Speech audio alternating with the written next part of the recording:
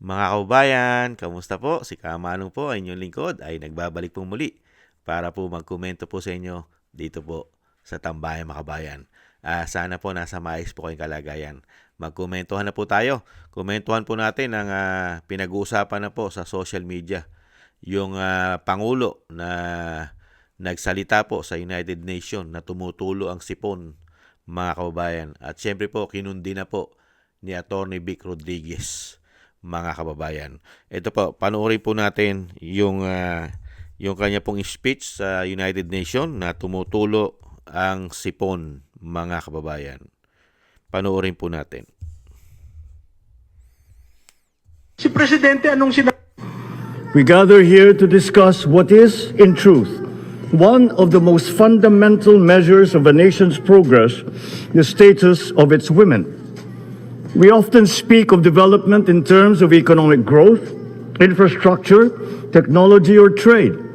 But there is a simpler and more human measure. We gather here to discuss what is, in truth, one of the most fundamental measures of a nation's progress, the status of its women.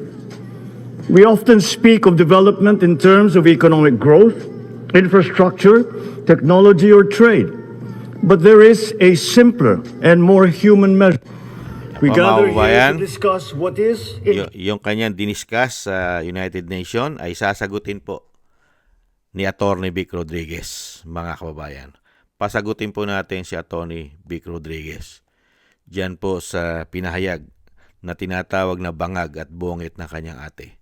Ito po si Atty. Vic Rodriguez. At komentuhan po natin silang dalawa. Yung pangatlong bulong kasi 22. Ang problema, unang-una, nasa gitnang silangan. Pangalawa, nandito sa loob ng bansa. Hindi mo nga mapanagot yung kagaya mong big fish sa issue ng massive corruption, looting of public funds, at drug addiction sa iyong administrasyon. Nakuha mo pa na magsalita diyan sa United Nations Commission on the Status of Women. Ibang klase talaga ang tama ng Marcos Jr. administration. Ano ho? Ang problema, unang-una, nasa gitnang silangan. Pangalawa, nandito sa loob ng bansa. Hindi mo nga mapanagot yung kagaya mong big fish sa issue ng massive corruption, looting of public funds, at drug addiction sa iyong administrasyon. Nakuha mo pa na magsalita diyan sa United Nations Commission on the Status of Women. Ibang klase talaga ang tama ng Marcos Jr. administration. Ano ho? Yan po, mga kababayan. Excuse me po. Ibang klase po ang tama talaga, mga kababayan. Ang problema po ng bansa ay nasa atin at nasa gitnang silangan. Hindi po ba? Nasa Middle East. Nagsalita po siya sa United Nations. Ano po ang napala natin doon? Napakalaking gastos. Wala naman pong maitutulong. Ang problema ay nasa loob ng bansa at nasa Middle East. May naitulong po ba ang napakalaking gastos na tinatawag na bangag at pongit? Pwede naman pong magsalita ron. Magpadala ka na lang ng diplomat. Hindi po ba? At sila na lang po ang magsalita para sa iyo, para sa Pilipinas. Nakatipid ka pa. Napakaraming gastos po. Sinasabi niya pang magtipid. Magtipid daw tayo. Pero, nagtitipid po ba? Ang mga OFW, hirap na hirap pauwiin ng mabilis. Hindi po ba malaking problema? Kaya tama po yung sinasabi na Atty. Vic eh. Kaya nga nagkakanda tulo-tulo sipon. Lumalabas na po ang sipon. Kaya sabi ng ating mga OFW, sipon ba talaga yon? Baka hindi ka sipon yon. Hindi po ba? Hindi mo nga masolusyonan ang problema ng bansa. Yung massive. Di ba? Yung corruption. Hindi mo nga mapanagot ang big fish. At ang problema sa pulburon ng iyong administrasyon.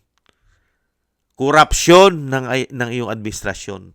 Hanggang ngayon, hindi mo napapanagot ang mga big fish. Di po ba? Tapos, magsasalita ka pa sa United Nations. Pagtatawanan lang ang Pilipinas. Pagtatawanan ng Pilipinas. Ano po ba ang achievement ng Pilipinas? Meron po ba? May progreso ba ang Pilipinas? Meron po ba? Kabibiliban ba? Kabibiliban ba ang Pangulo ng Pilipinas sa buong mundo? Katulad diyan sa United Nations, sa pagsasalita niya ba? Kabibiliban ba ang Pilipinas?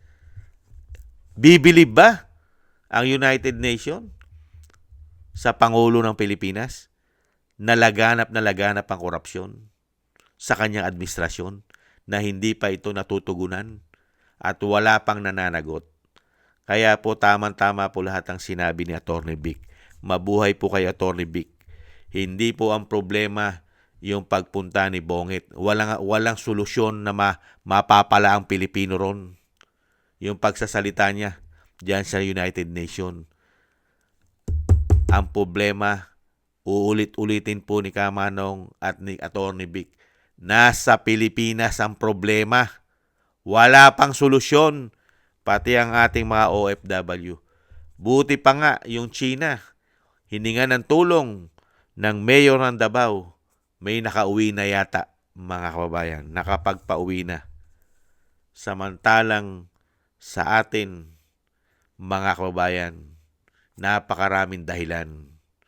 Puro dahilan, mga kababayan. Puro delayment, puro dahilan, puro katwiran ang ibinibigay po ng solusyon ng gobyerno. Kaya po, dito po sa pahayag ni Atty. Vic, ay naniniwala po si Kamanong na talagang walang solusyon na tinatapos at nagagawa itong si Bangag na tinatawag na bongit ng kanyang ate. Wala. Wala, mga kababayan. Puro salita. Lahat ng sinalita, wala namang natupad. Lahat, lalong-lalo na yung pinangako pa na napakarami raw makukulong na mga sangkot sa sindikatong korupsyon. Pero lahat sila'y malaya pa. Malaya pa silang lahat, mga kababayan. Maraming po salamat po sa inyo, Atty. Vic. Mabuhay po kayo. At sana po ituloy-tuloy lang po ang inyo pong gawin na pagbubunyag po sa ginagawa pong pahirap sa bayan ng administrasyon po ng Binagawang Pilipinas. At mag-iingat din po kayo, Atty. Vic. Mabuhay po kayo.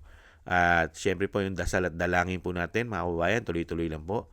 Sama po natin sa ating mga dalangin, syempre po ang ating buong sambayanan, ang pamilya Duterte, ang ating po mga Marines, ang mga ex-Marines po natin, ay maingatan po sana tayong lahat sa kapahamakan. At madugtungan pa po ang buhay at kalakasan ng dating Pangulo.